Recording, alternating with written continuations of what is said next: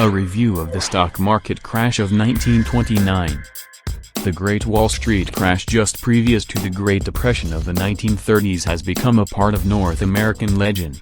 People speak of the crash, its causes and its consequences, with great authority, although few people actually understand the fundamentals that led to the crash, and fewer still the intricacies involved in it. This article will detail a short review of the crash, analyze some of the myths evolving out of this period in American history, and also answer some questions such as why the crash happened, and if something like it could happen again. The crash began on October 24, 1929 and the slide continued for 3 business days, ending on October 29, 1929. As we can see, the crash did not occur in the 30s, as many people believe. The first day of the crash is known as Black Thursday, and the last day is called Black Tuesday. The crash began when a rush of nervous spenders panicked and rushed to sell their shares. Over 13 million stocks were sold on that first Thursday.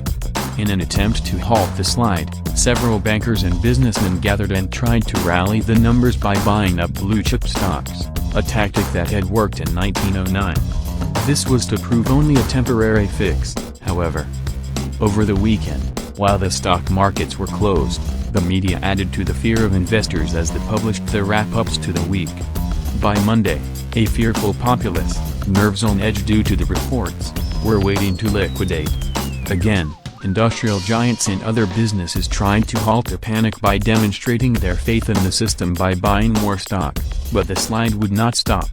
The market did not recover its value until almost a quarter of a decade later. As with any legend, the Wall Street crash of 1929 carries with it several mythical misconceptions.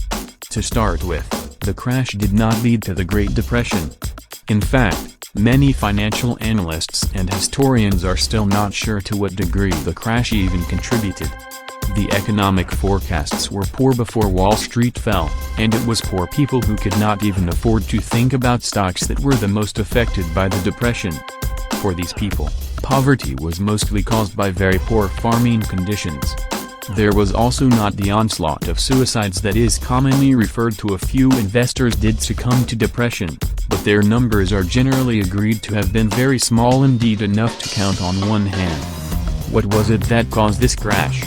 Because the market had been doing so well, many Americans were investing many more, in fact, than could afford it. These people were investing on speculation.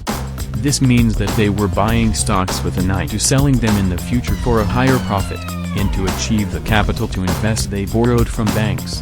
When prices began to drop, people realized they would not be able to pay their debt, let alone make any money. They rushed to get out as soon as possible. To prevent panics such as this in the future, buying on speculation is now illegal.